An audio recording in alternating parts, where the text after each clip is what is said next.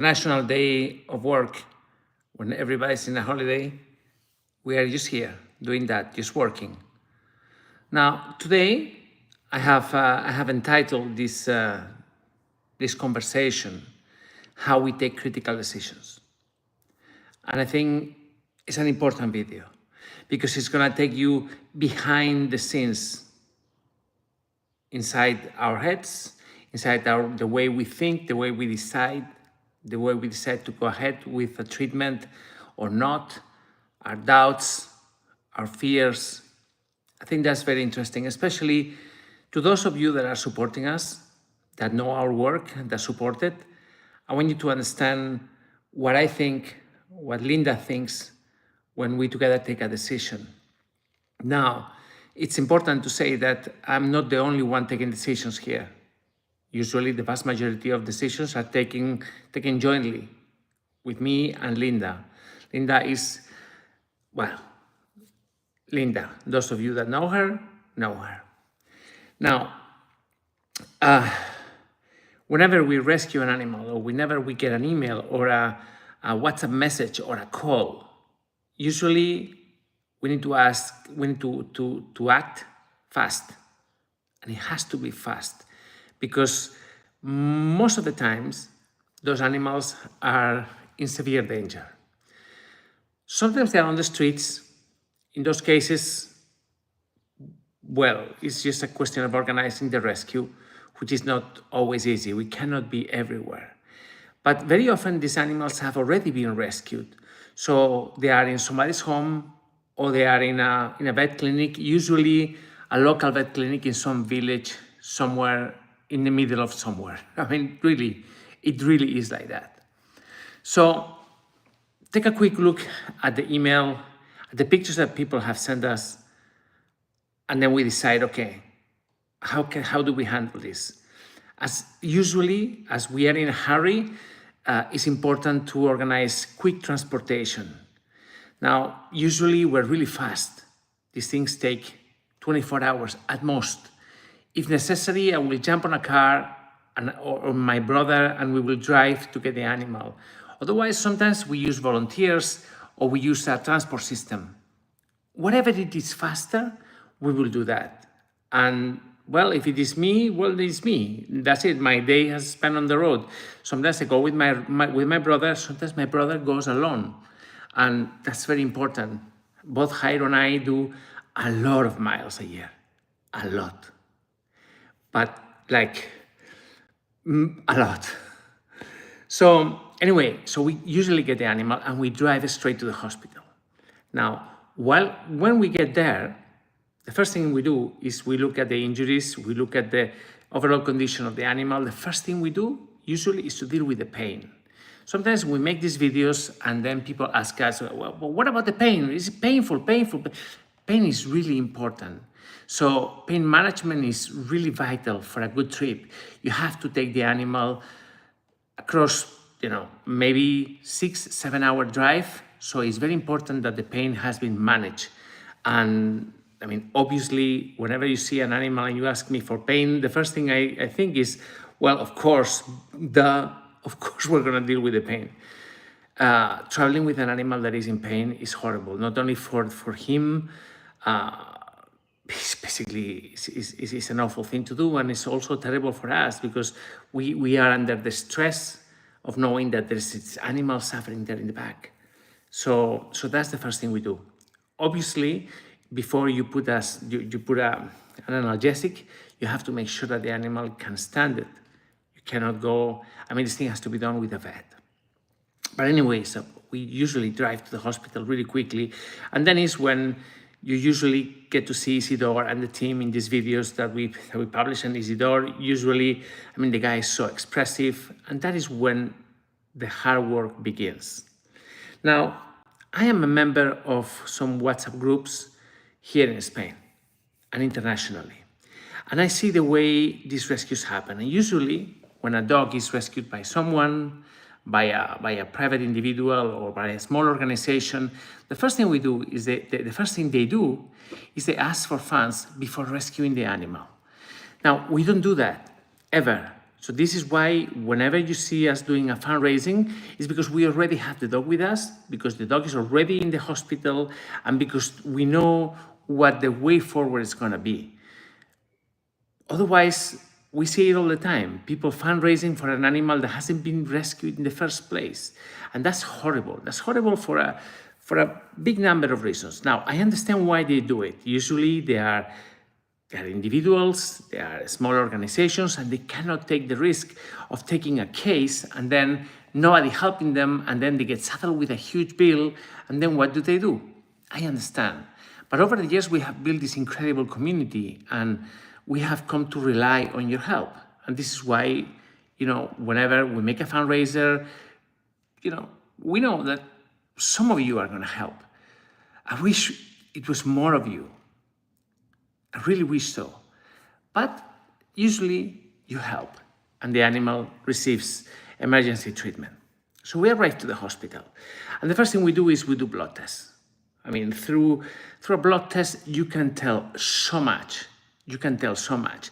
So usually while we're taking the blood, we're drawing the blood, Isidore is looking at other constant other vitals, constants, blood pressure, we look at the heart. There are so many things that get looked at the same time. In these very first few minutes, we look at the eyes, we look at the gums to see if there is anemia, and then blood gets drawn. It goes straight to the lab. And then within a matter of minutes, usually 10, 15 minutes, we get a clear picture of what the condition of the animal is at a blood level. Okay, we know if there is any infectious disease, at least many of them. We know if he has anemia. We know lots of things, and then we can take decisions. We look at the animal, but you see, that decision is really, really easy. In our case, it's really easy because our charter says that we have to help those that need it most. So whenever an animal gets to us, we're never going to go like, okay, well, this is going to cost too much. Oh, look at this fracture. Who knows, this is going to be so complicated. So we're not going to do it. Other people might do that. And we understand why they are forced to do that. But with us, we are going to go all the way. We're going to take care of the animal. We're going to take care of the animal completely from the moment he arrives to the hospital. When this thing happens, we know when we begin, but we don't know when we're going to end. So sometimes some of you say, well, how much is this going to cost? Honestly, we have no idea. I have never had any idea. We cannot work on a budget kind of thing like, well, it's going to cost this. Because chances are it's going to cost much more. Chances are there's going to be complications down the line. You have seen it very many times. We do a surgery and there is a complication. The plate breaks, or there is an infection, or suddenly anemia is not recovering from anemia, so we have to do blood transfusions. Sometimes a case that could last, 5-6 days at the hospital, then it ends up with the animal spending a month at the hospital. And there are hospitalization costs, there are material costs, we cannot know. We cannot know how much it's going to cost. And that's not the way we operate. We don't take a case thinking, okay, well, this is going to be cheaper. It's okay, we take this one. This is too expensive. Oh, look, poor dog is suffering so much. But this is going to cost a lot. That's not the way we work. That's not the way we operate. It has never happened that way. And then, of course, it's up to us to make these videos and to try to convey the message. This is why our fundraisers are done in the way they are, because we need to be able to convey the same feelings that we're feeling, convey the pain of the animal, convey what his life story has been, in order for you to quickly take a decision whether to help or not. That's what happens in the first few hours of rescuing a dog. Now, critical decisions. How do we do this? Usually, because we have gone all the way during the treatment, because there has been no spared expense. By the time we get to that point, we know we have done everything possible. And then the question I ask myself is, does this animal has quality of life? Can I give him quality of life? Is the pain that he feels manageable? Can I reduce the pain through medication? Is he going to heal in the end? Maybe yes, maybe no. If the answer is no, and he has pain, but I can manage that pain, this dog will go and will move to the great house, our beautiful shelter. You see our videos, you know the animals there, and that's whenever you donate, that is also included in the, wherever you're donating goes to support the great house, the shelter, as well as the medical treatments. That's clear. So we know when a dog leaves the hospital, he's going to have a place to go, and he's going to be able to be there for as long as he can or he wants.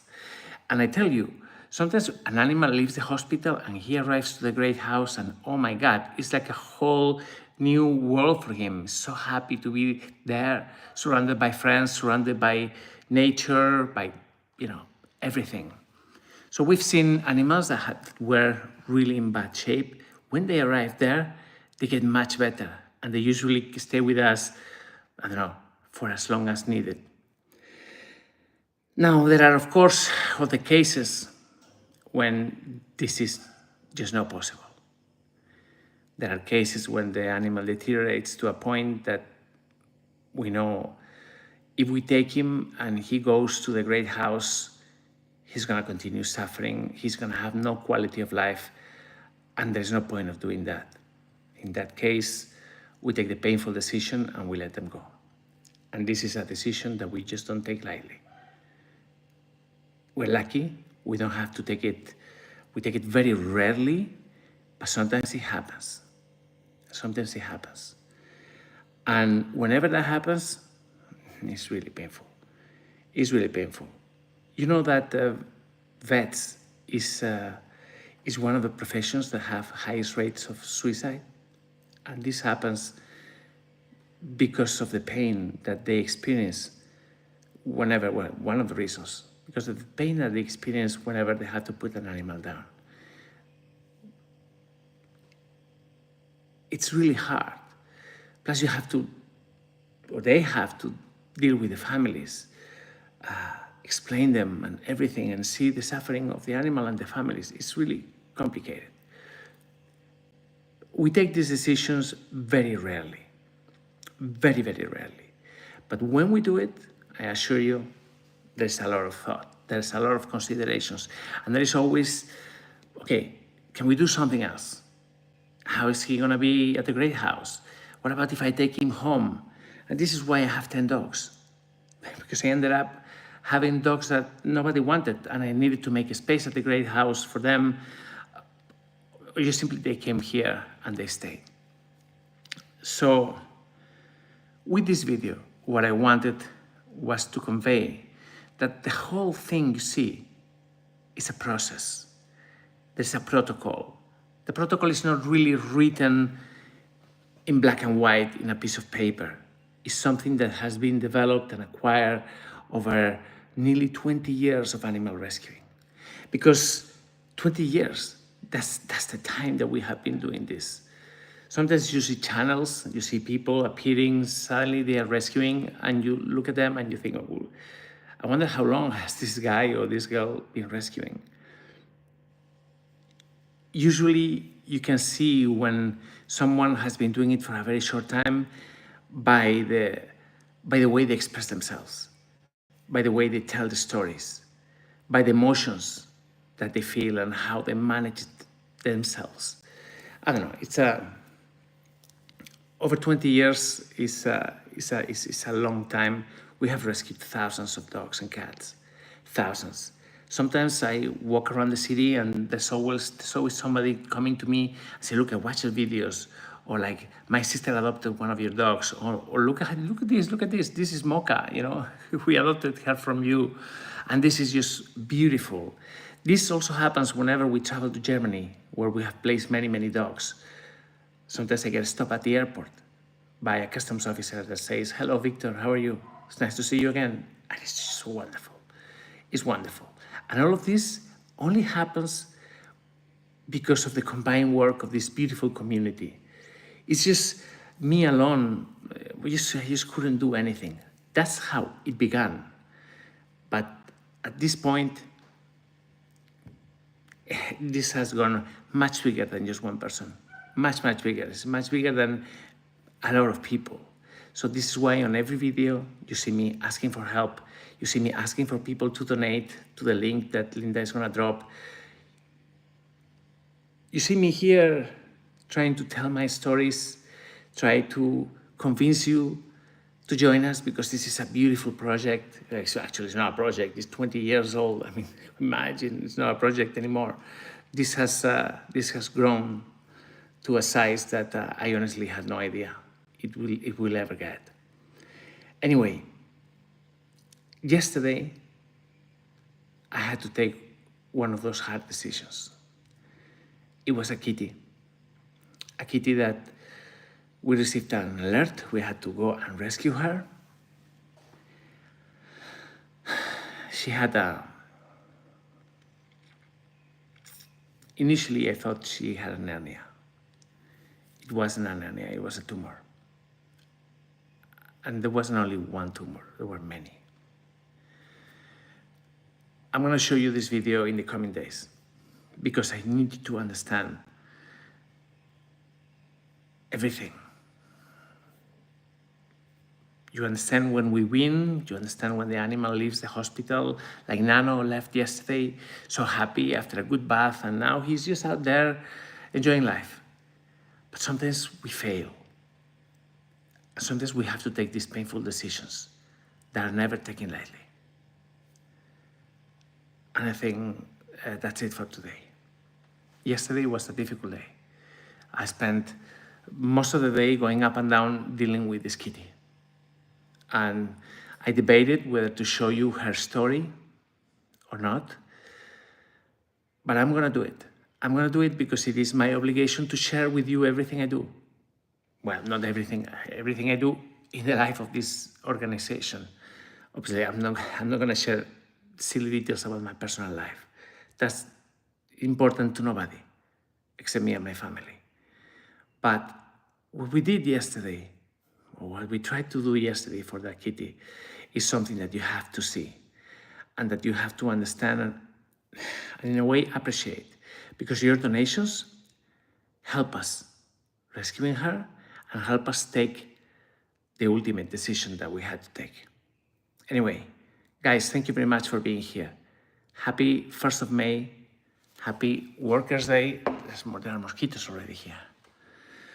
And I will see you in tomorrow's video. Okay? All right. Lots of love. Thank you very much. Laura Jean, you can help foster. You live in Madrid. Laura, write to me, please. Could you? Send me an email. v.larkhill@gmail.com. Maybe we can organize something, or at least have you as an emergency contact in Madrid. We have already some friends there, obviously, but it doesn't hurt to have one more. So please write to me. Thank you. And thank you, Almas, for your donation. Thank you very much. Patricia, I'm sorry about your loss. Sorry about your loss. I think I saw it on an earlier comment the other day, but obviously I just couldn't reply.